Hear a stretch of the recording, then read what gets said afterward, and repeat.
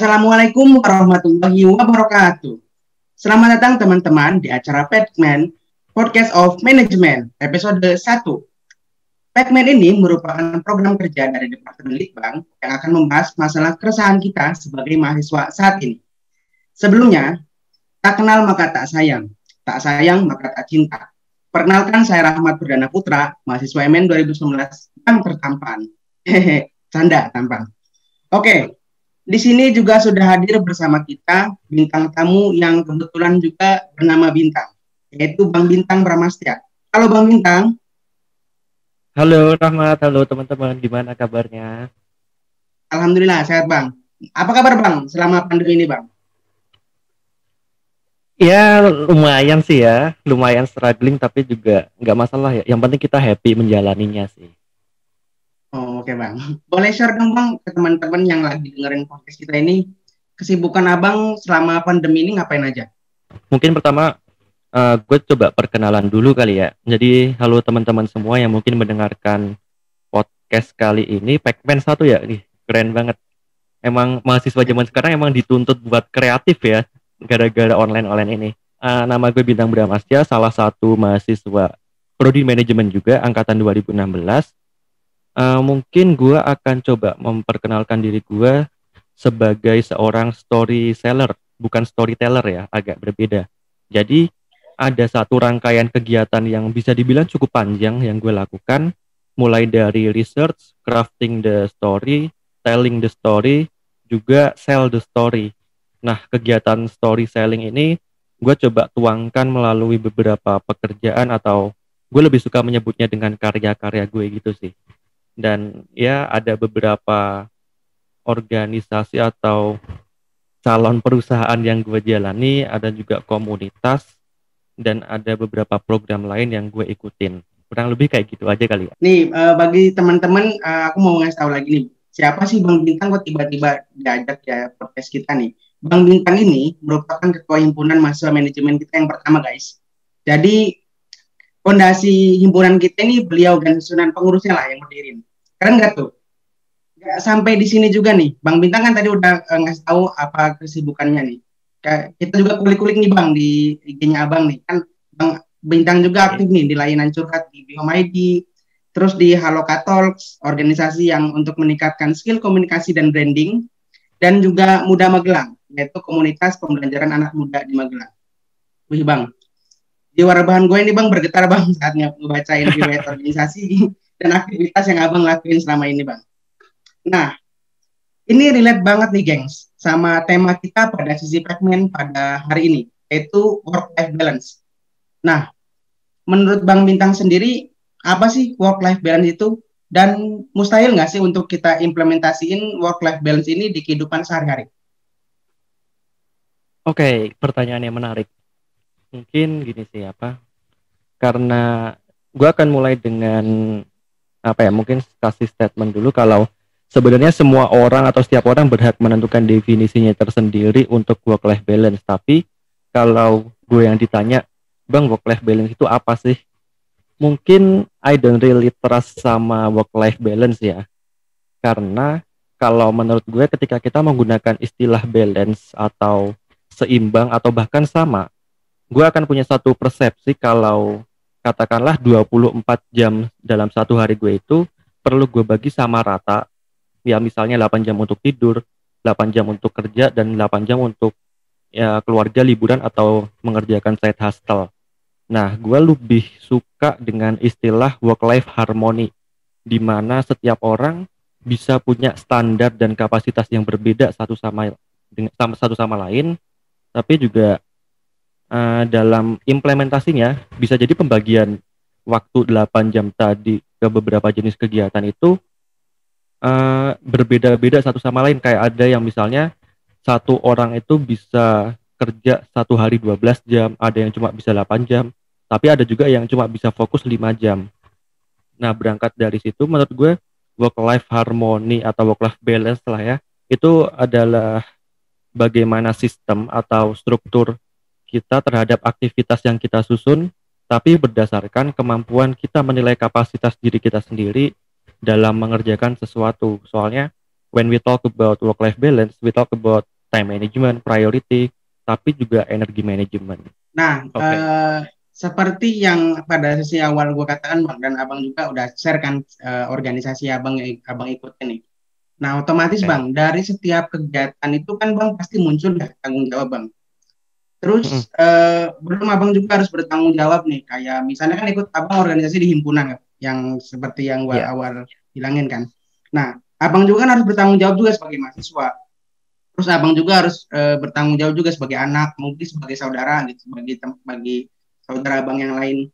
Nah, pernah nggak sih Bang, Abang itu ada di suatu titik di mana semua kegiatan yang dijalani Abang itu nggak berjalan dengan baik? Kayak terus Abang sampai stres, terus sampai nggak bener deh buat ngejalinin semuanya gitu. Nah, boleh nggak Bang share gimana caranya waktu Abang ada di fase itu, dan gimana caranya Abang bisa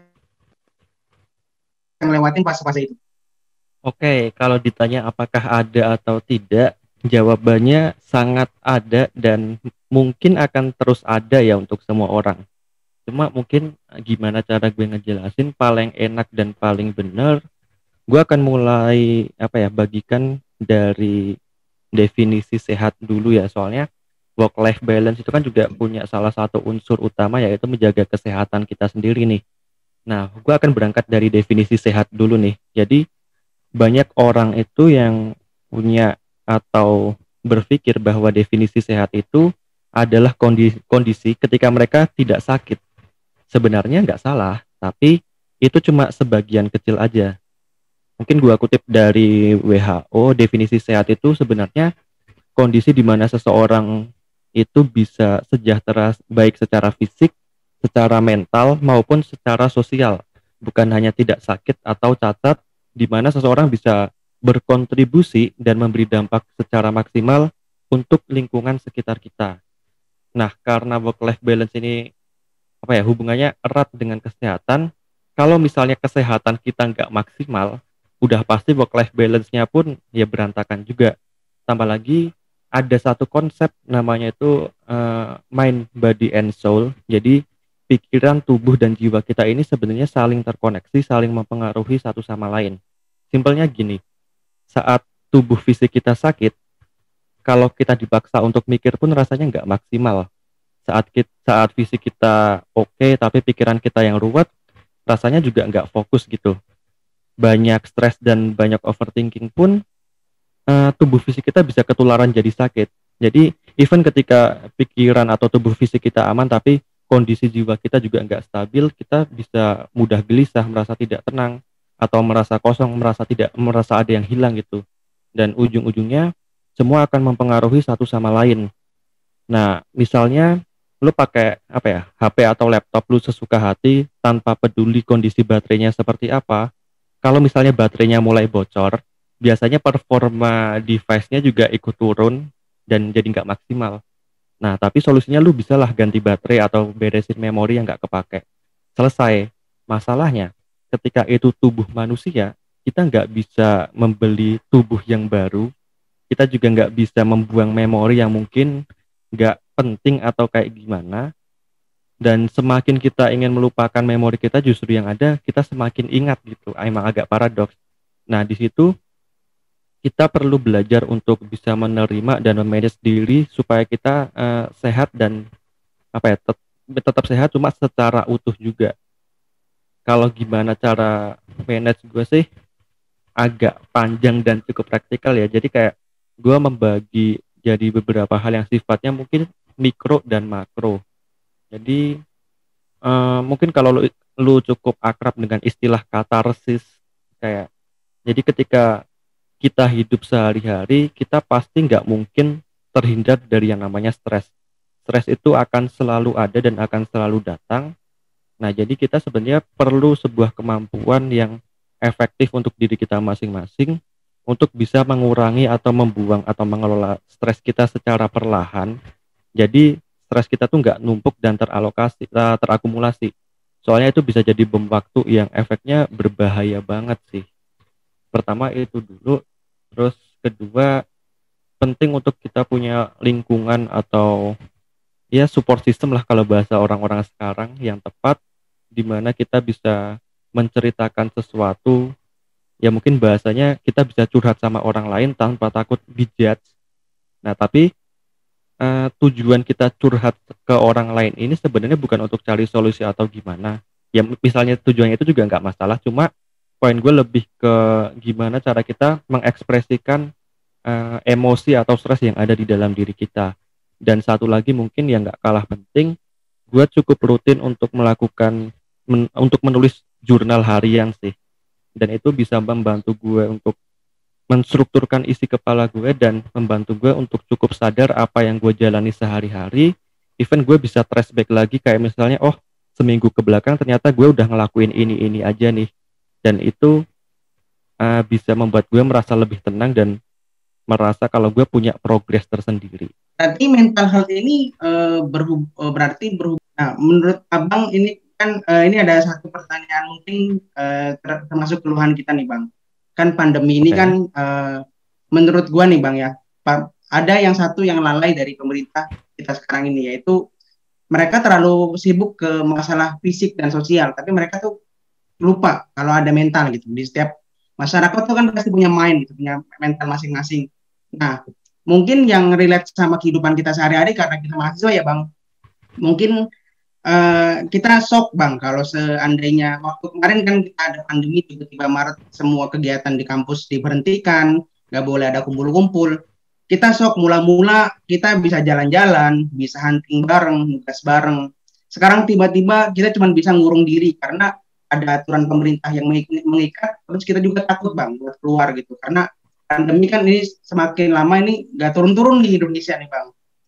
Nah otomatis Bang, kalau bagi gue nih Bang ya selaku anak yang ekstrovert gitu, itu pasti kerasa banget Bang impact dari pandemi ini Bang. Kehidupan akademik ya nggak tertata gitu Bang. Terus jadinya tadi Bang kayak stres, terus nggak ada motivasi. Terus ya tentunya tadi Bang, kayak yang Abang katain juga, work life balance ini nggak bisa dijalanin karena kondisi-kondisi yang demikian gitu. Nah, tips and trick dari Abang sendiri nih buat para mahasiswa yang lagi dengerin podcast kita, terus yang mungkin ya kita sebagai mahasiswa kan sering rebahan juga gitu, lebih seneng lah gitu. Di rumah kan udah ada kasur disediain, kenapa nggak dipakai gitu kan Bang. Nah, gimana sih Bang gitu buat mahasiswa sendiri gitu Bang, biar bisa ngontrol stres kita, terus godaan dari kasur buat nerapin WLB nih. Gimana cara kita bisa mencapai work life balance ini ya? Ya Bang. Gue akan mention mungkin beberapa keyword atau bisa dibilang tahapan kita untuk memaksimalkan work life balance kita. Jadi mungkin kita perlu untuk satu punya self awareness, kedua kita perlu exploration, ketiga kita perlu evaluation, dan yang keempat kita perlu progress. Nah, mungkin untuk saat ini ya, jadi gue merasa dan gue cukup yakin kalau sebenarnya kita nih nggak perlu banget untuk bisa 100% balance. Nah, mungkin banyak yang nggak terlalu suka dengar ini, kayak mungkin loh Bang, kan kalau bisa maksimal kenapa enggak gitu. Emang ada benernya sih, tapi gini, analoginya ibarat nilai mata kuliah kita di kampus nih. Kalau misalnya nilai 80-85 aja kita udah dapat A, ngapain kita incer nilai 90, 95 bahkan 100, yang mana kita perlu effort lebih, fokus, waktu, dan tenaga yang jauh lebih banyak untuk bisa dapetin itu. Dan gue akan lebih memilih untuk target gue dapat nilai A. Dan berarti gue cukup dapat nilai 80-85 aja. Jadi gimana caranya gue bisa memenuhi target itu, dan sisanya gue akan gunakan waktu, tenaga gue untuk misalnya bangun networking, perbanyak pengalaman di bidang lain, atau belajar hal lain yang mungkin punya impact yang jauh lebih besar untuk diri kita. Dan dari situ gue menyimpulkan kalau jangan-jangan sebenarnya gue cuma perlu sekitar 50-80% balance nih. Entah misalnya dalam 1 minggu, kayak ya mungkin sebenarnya ketika kita udah bisa balance sekitar 4-5 hari itu udah bagus banget. Jadi it's normal dan manusiawi kalau misalnya gue pun punya waktu lain untuk rebahan. Gue juga suka nonton Netflix, entah nonton series terbaru atau ngikutin drakor karena mau nggak mau dunia gue di sosial media, jadi harus tetap keep in touch sama trends yang terkini, atau mungkin gue bisa habisin waktu gue untuk baca buku gitu. Dan pada akhirnya it's about how we creating our strategi. Nah, tapi dalam penyusun strategi ini kita perlu balik ke tahapan seperti yang gue mention di depan tadi. Kayak pertama, lu mesti punya yang namanya self awareness. Lu mesti peka banget sama diri lu sendiri. Lu mesti paham kayak minimal banget kelebihan dan kekurangan lu sendiri secara skill kerjaan atau secara cara belajar lu tuh kayak gimana. Soalnya misal konteksnya di kuliah, cara belajar satu orang dengan orang yang lain itu beda-beda banget loh. Kalau misalnya kita lebih mudah untuk belajar dengan cara praktek, tapi kita dipaksa untuk bikin catatan yang komplit, kita diminta untuk ngerangkum semua materi babnya secara rapi, yang ada justru kita merasa stres terlalu berlebihan dan itu nggak cocok untuk kita. Jadi kayak kita perlu tahu sebenarnya diri kita ini cara atau gaya belajar yang paling benar ini yang mana nih. Kayak ya lu bisa coba searching di Google gitu, kayak mungkin lu lebih condong ke arah visual atau audio, kinestetik atau writing. Nah, terus yang kedua, lu perlu tahu banget kapan jam pinter dan kapan jam bodoh kita. Ini agak klise ya, cuma kayak gua pun coba cari tahu kayak misalnya kapan aja sih sebenarnya jam-jam di mana gue bisa produktif, dan end up kayak oh ternyata gue menemukan beberapa range nih, kayak misalnya pagi cuma di jam 8 sampai jam 11, terus gue lanjut jam 1 sampai jam setengah 3, sama ada di malam sekitar jam 7 sampai jam setengah 9. Nah, dari 3 waktu itu gue akan prioritaskan waktu-waktu pinter atau waktu produktif gue untuk mengerjakan hal-hal yang sifatnya berat atau hal-hal yang mungkin perlu kehadiran gue supaya pekerjaan itu ya selesai gitu. Soalnya banyak yang suka kebalik, kayak misalnya gue bayangin misalnya Rahmat jam produktifnya jam 7 sampai jam 9 malam. Nah, tapi jam 7 sampai jam 9 malam lo malah apa ya, mungkin nonton drakor atau misalnya lu lagi push rank Mobile Legend atau main PUBG gitu. Sementara lu coba effort untuk belajar atau kerjain tugas lainnya di jam 9 sampai jam 12, jam dimana lu udah capek, udah ngantuk, udah fokus, dan itu jam bego lu, atau parahnya itu jam istirahat lu. Nah, itu akan sangat amat tidak efektif untuk kita bisa bekerja gitu. Dan kita perlu tahu kayak berapa lama kita bisa fokus, kapan kita perlu berhenti, kapan kita bisa coba tarik atau dorong lagi diri kita gitu. Nah, itu terkait self-awareness. Yang kedua, tentang exploration.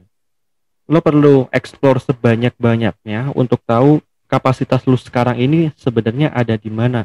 Soalnya berangkat dari situ lo bisa coba nih push sedikit-sedikit, kayak misalnya tadinya lo jam pinternya cuma 1 jam, ya mungkin tambahlah 5 menit sampai 15 menit dikit-dikit.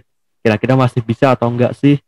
Nah, ntar pelan-pelan kapasitas lo akan naik tuh secara bertahap. Dan yang ketiga, lu bisa coba evaluasi gimana cara lo menilai atau mengukur kapasitas diri lu dan berprosesnya kayak gimana. Apakah ada hal, waktu, atau tools yang perlu dihilangkan, diganti, dipertahankan, atau dimaksimalkan lebih jauh lagi. Dan yang keempat, gue cukup suka dan cukup fokus dengan progress bukan dengan hasil. Jadi kayak strive for progress not perfection gitu. Ketika kita berharap atau terlalu fokus pada perfection, kita akan punya tendensi untuk menunda karena kita belum merasa cukup, dan masalahnya kita nggak akan pernah merasa cukup untuk bisa mulai gitu. Jadi kita coba geser nih mindset kita untuk oke, mulai sekarang kita kejar progresnya aja nih, fokus di situ. It's okay kalau misalnya lo berbuat salah, karena cuma dari kesalahan itu kita bisa mempelajari, dan ketika kita bisa mengambil pembelajarannya, itu adalah bahan bakar yang sangat baik untuk proses dan progres kita. Dan sisanya tinggal proses berulang dari situ sih, kayak gimana caranya. Misalnya lu tadinya tingkat balance lu cuma 15% nih, ya lu jangan langsung tiba-tiba pengen 80%, kayak tingkatin dikit-dikit dulu aja, kayak misalnya jadi ya 20% dulu, 30, ntar coba 50, baru lu bisa achieve di 80%. Dan sisanya lu mungkin bisa pakai untuk rebahan lah, untuk main game, untuk untuk nongkrong sama teman via Zoom ya karena jaga jarak. Jadi semua balik ke diri masing-masing, dan itu gimana cara lu bisa membuat strategi yang relevan dan yang cocok untuk diri lu sendiri. Apa ya, mungkin dibilang kesalahan juga nggak terlalu salah, cuma hal yang menurut gue kurang tepat aja sih. Jadi semisal kita punya satu sosok role model, kayak misalnya kita sangat terinspirasi sama si A. Misalnya si A ini punya habit dia baca buku seminggu satu buku. Nah, kita yang belum punya habit apapun tiba-tiba pengen bisa mengcopy habit orang lain yang produktif ini, padahal kita satu minggu baca satu bab aja belum bisa gitu. Jadi even kita coba ambil contoh dari orang lain pun kita perlu adaptasi lagi sesuai dengan konteks dan kemampuan diri kita, soalnya nggak apple to apple gitu untuk kita lakukan. Dan ketika kita berakhir tidak bisa melakukan sesuatu sesuai target kita di awal, nah di situ justru akan muncul perasaan rasa bersalah, rasa menyesal, kayak mempertanyakan kenapa sih gue nggak bisa achieve target ini, padahal emang gara-gara kita ngeset targetnya tuh terlalu tinggi gitu. Jadi untuk fase awal sih kita perlu set target semudah mungkin supaya secara otak pun secara hormon kita bisa memproduksi dopamin yang mana itu bisa membantu kita untuk meneruskan dan tetap merasa senang saat mengerjakan sesuatu itu. Oke Bang, terus yang ini Bang, yang tadi kan setelah self awareness kita tuh exploration, berarti kita harus bisa nge-explore diri kita yang sebaik-baiknya. Kapan, yang tadi kata Abang katain kan, kapan waktu jam pintar kita, kapan jam bodoh kita. Nah, sebenarnya ini pertanyaan yang mungkin rada gimana ya, rada susah atau didefinisikan gitu. Nah, gimana sih Bang cara kita tuh biar tahu sendiri gitu, nge-explore diri kita sendiri itu? Gimana sih caranya biar kita tahu kapan jam bodoh kita, kapan jam pintar kita, kapan kita harus menerapkan work-life balance 30%, 40%, itu gimana Bang, menurut Abang? Gue cukup terbantu dengan, gue tadi kalau nggak salah sempat mention kalau gue juga punya kebiasaan untuk journaling gitu. Jadi dari kebiasaan gue menulis jurnal, kayak gue bisa nge-track tuh, kayak misalnya sebenarnya mood sehari-hari gue tuh kayak gimana sih secara grafik. Misalnya secara skala 1 sampai 10 tuh seminggu ke belakang grafik mood gue kayak gimana. Terus kayak kapan nih waktu-waktu gue bisa produktif, kapan gue tiba-tiba jadi sensitif, atau kapan waktu gue udah capek, kapan gue jadi mudah tersinggung. Nah itu kayak dari hasil gue menulis jurnal, yang mana itu pasti hasil dari refleksi gue sendiri, itu bisa mencerminkan self awareness yang cukup oke, dan gue berangkat untuk exploration dari situ sih. Cuma untuk exploration pun untuk fase awal ya, mungkin kita nggak akan pernah tahu sebenarnya posisi kita sekarang ini ada di mana. Cuma kayak gas aja gitu, soalnya kalau nggak digas kita mungkin nggak akan pernah tahu kondisi kita sekarang kayak gimana. Nah dari gas kita yang pertama itu tadi, kita bakal bisa nemuin kayak apakah kita masih bisa jalan terus, apakah kita udah nabrak, atau kayak gimana. Dan dari situ nanti baru coba kita evaluasi. Soalnya gue pun juga seperti itu sih untuk fase eksplorasinya ya. Jadi gue mungkin mungkin coba bagiin pengalaman gue pribadi, kayak misalnya di awal tahun kemarin gue sempat refleksi kayak 1 tahun ke belakang itu gue ngapain aja. Gue coba list down, dan kurang lebih ternyata gue tuh ikut ikut kelas online atau webinar, entah yang gratis berbayar atau kayak gimana tuh sekitar 55-an itu gue ikutin. Dan kalau mau gue rata-rata paling enggak seminggu sekali tuh gue pasti ikut webinar atau kelas online untuk belajar skill baru. Nah terus di 1 atau 2 tahun sebelumnya, gimana cara gue mengeksplor diri gue, even gue tuh pernah kayak misalnya gue pagi sampai sore kuliah, gue ada kuliah di waktu tertentu, terus gue pagi sampai sore itu ada magang, terus di sisa waktu sore sampai malam itu gue explore untuk ikut ya kelas-kelas online, webinar untuk bangun networking, which is itu sampai jam 10, jam 11 malam sering banget kalau dulu sebelum pandemi. Dan itu pernah gue lakukan kayak misalnya seminggu berturut-turut nih. Jadi setiap hari itu jadwal gue penuh dari jam 7 pagi sampai jam 10 malam.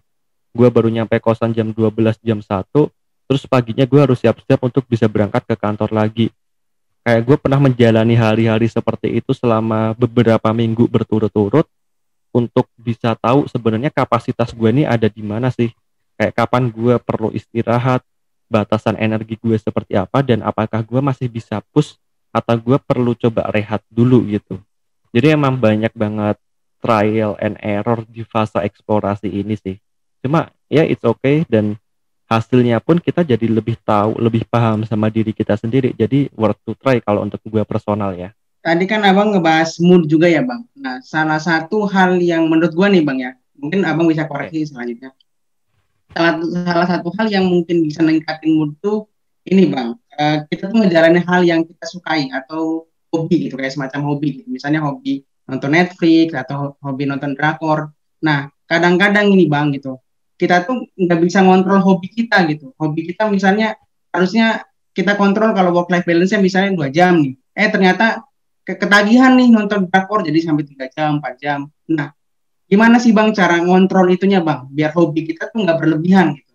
Ada waktu-waktu yang tadi abang katanya jam pintar kita, malah jam pintar kita digunain buat nonton nonton drakor gitu. Nah, menurut pandangan abang gimana? Kalau gue kutip dari World Economic Forum pun mereka juga mengeluarkan kayak, kan mereka secara 4 atau 5 tahun sekali mereka keluarin kayak ini adalah beberapa pekerjaan yang dibutuhkan 5 tahun ke depan, yang demand-nya paling tinggi, ini adalah skill yang paling dibutuhkan dalam 5 tahun ke depan yang secara demand-nya juga paling tinggi.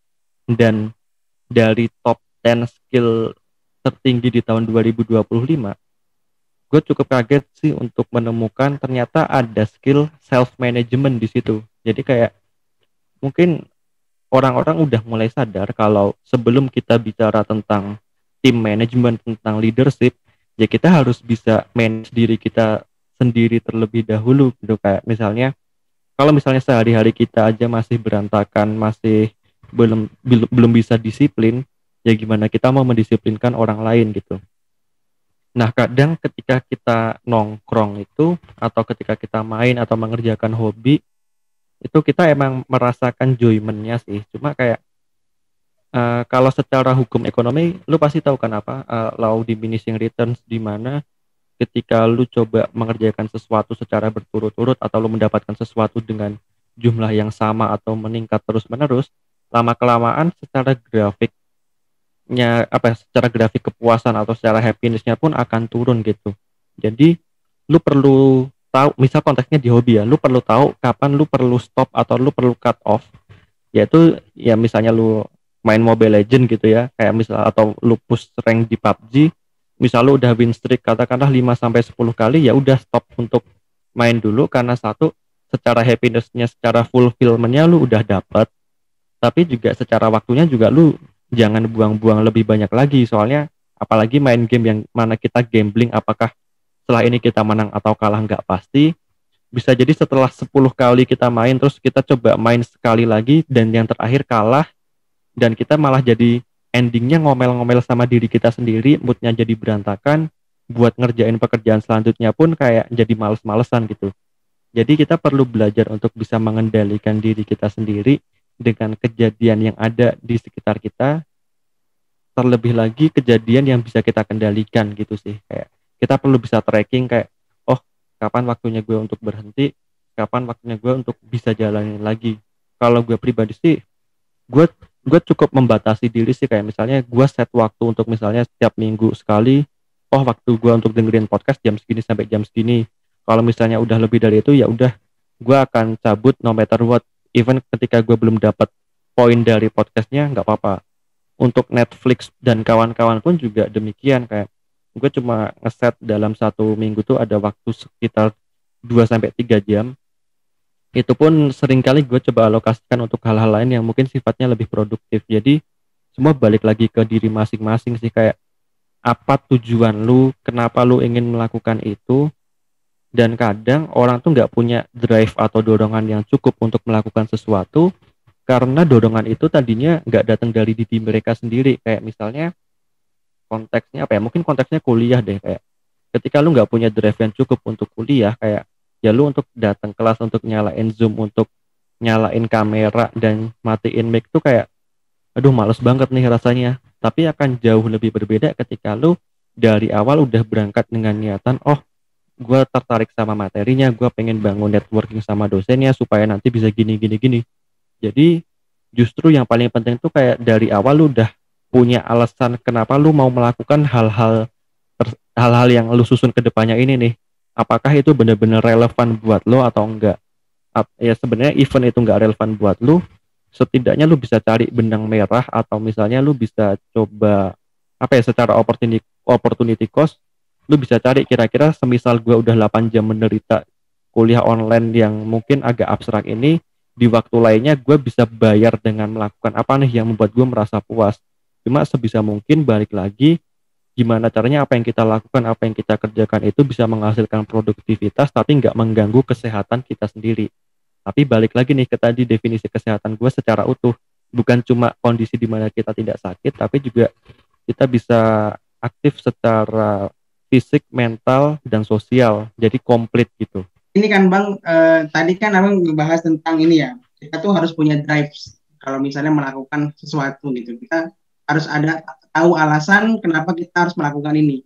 Nah, menurut Abang nih ya Bang, kan kita tuh sering banget nih Bang, ada yang buat kayak jadwal gitu. Jadwal jam segini misalnya mandi, jadwal segini sholat.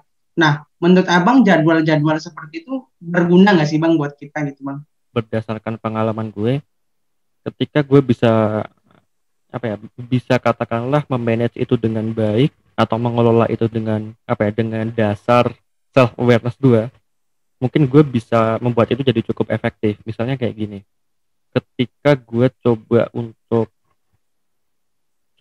misalnya nulis jadwal sehari-hari gue di buku gitulah, gue tulis di kertas secara lengkap, secara detail, terus ujung-ujungnya gue masukin tas dan udah gue lupakan, kayak itu menurut gue nggak cukup efektif. Tapi ketika kita coba membuat sesuatu itu punya sebuah sinyal, nah itu kayak bisa jadi efektif. Kayak itu salah satu alasan gue kenapa gue memanfaatkan Google Calendar untuk jadi salah satu tools utama gue, karena ketika gue masukin jadwal ke kalender, notifikasinya tuh akan muncul gitu di laptop gue. Jadi kayak gue secara sadar akan punya dorongan, oh ini kayaknya udah waktunya untuk pindah ke sini, ini udah waktunya transisi, ini udah waktunya berhenti.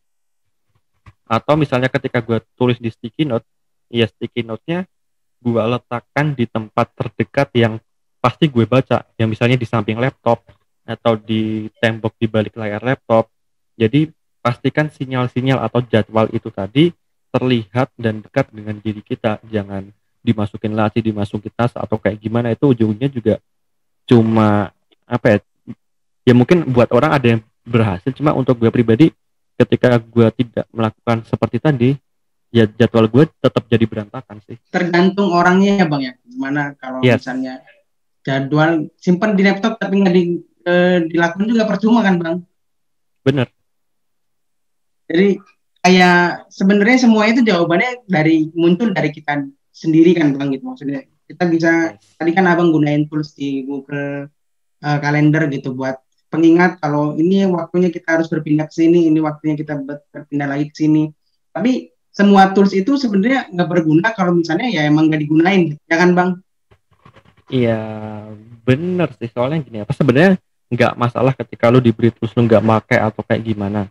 Kayak misalnya gue coba bikin apa ya, gue coba jelasin dengan cara kayak gini. Misalnya lu secara jangka panjang pengen punya tujuan buat bangun bisnis, punya networking luas, lu juga secara pendidikan misalnya S2 di luar negeri dan lain-lain, tapi kegiatan sehari-hari lu banyak rebahan, banyak main game dan lain-lain, ya itu sebuah kesalahan. Tapi ketika emang tujuan lu cuma udah gue cuma pengen bisa kuliah dengan santai, dengan tenang, gue punya teman main dan lain-lain, gue cuma pengen end goals dalam hidup gue itu cuma ya bisa pensiun dari kerjaan dan menikmati hidup di teras dengan anak cucu, kayak ya it's okay kalau misalnya yang lu lakuin gitu-gitu aja. Tapi akan menjadi sangat salah ketika tujuan lu tuh ingin katakanlah jadi orang yang wow atau yang di level yang tinggi banget, tapi kehidupan sehari-hari atau keputusan-keputusan yang lu ambil itu justru merefleksikan orang yang sebaliknya tadi gitu. Jadi balik lagi ke relevansi, ke kebutuhan lu apa, tujuan lu apa, self awareness lu kayak gimana, dan gimana lu coba membuat strateginya gitu. Mungkin sekian Bang untuk pertemuan kita pada sesi ini Bang, podcast ini. Thank you banget buat Bang Bintang yang udah berkenan hadir di sesi podcast kita hari ini. Jadi gini ya guys, kesimpulan yang bisa kita tarik buat podcast pada hari ini adalah buat susunlah aktivitas yang kita sesuai dengan produktivitas dan kapasitas diri kita juga gitu. Karena di definisi di work-life balance itu sebenarnya kita yang bisa ngedefinisiin diri sendiri. Nah, ada 4 fase dalam bagaimana kita membangun work-life balance. Yang pertama itu self-awareness. Jadi, kita harus peka terhadap diri kita sendiri, jangan terlalu neken atau maksain kapasitas dan produktivitas kita sendiri, dan jangan terpaku dengan target 100% harus balance. Dan harus tahu juga kapan jam bodoh kita dan jam pintar kita. Terus yang kedua itu exploration. Jadi kita harus explore diri kita sebanyak-banyaknya. Apa sih yang kira-kira bagi kita ini enak dilakuin, ini enak gak enak dilakuin. Terus kapan sih waktunya buat ngelakuin itu. Terus yang ketiga evaluation. Evaluasi untuk menilai kapasitas diri. Apakah harus ada tools atau ada kegiatan yang dihilangkan. Atau hal apa sih yang perlu dimaksimalkan. Nah, keempat progress. Kejar progress, janganlah kejar hasil. Jadikan progres itu sebagai pembelajaran kita buat ke depannya.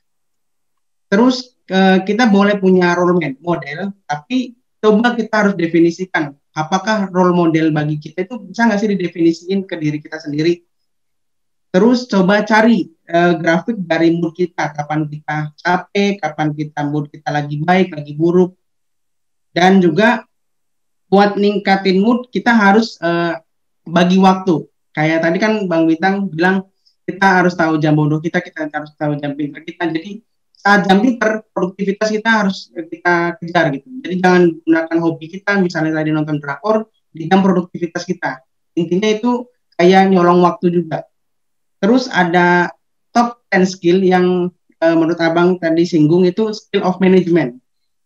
Coba untuk manage diri kita sendiri, disiplinkan diri sebelum disiplinkan orang lain. Terus juga ada law of diminishing return. Kita tuh perlu tahu kapan stop dan kapan cut off dari semua kegiatan itu, seperti kuliah online, nugas gitu. Terus secara happiness tuh dari hobi-hobi yang kita lakuin tuh udah nggak dapat kalau misalnya seandainya hobi kita terus-terusan dilakuin, yang akhirnya malah jadi buang waktu. Nah itu mungkin Bang, apa ada yang mau ditambah lagi Bang? Mungkin gue kasih satu kesimpulan untuk penutup dari gue ya. Mungkin untuk teman-teman yang mungkin entah secara sengaja atau kebetulan dengerin ini, mungkin lo nggak perlu dengerin gue kalau misalnya lo nggak ngerasa value kita sama, atau lo nggak ngerasa apa yang gue bagikan ini nggak membantu lo mencapai tujuan diri lo sendiri. Tapi misal lo mau mendengarkan, mau menerima apa yang gue bagikan ini, gue akan menyarankan untuk coba filter kembali apa yang gue katakan sebelumnya. Dan yang terpenting adalah lo perlu melihat secara kontekstual, jangan lihat potongannya aja, coba see the bigger picture, lihat gambar utuhnya. Dan work-life balance, atau gue lebih suka sebut work-life harmony, itu sebuah never ending journey.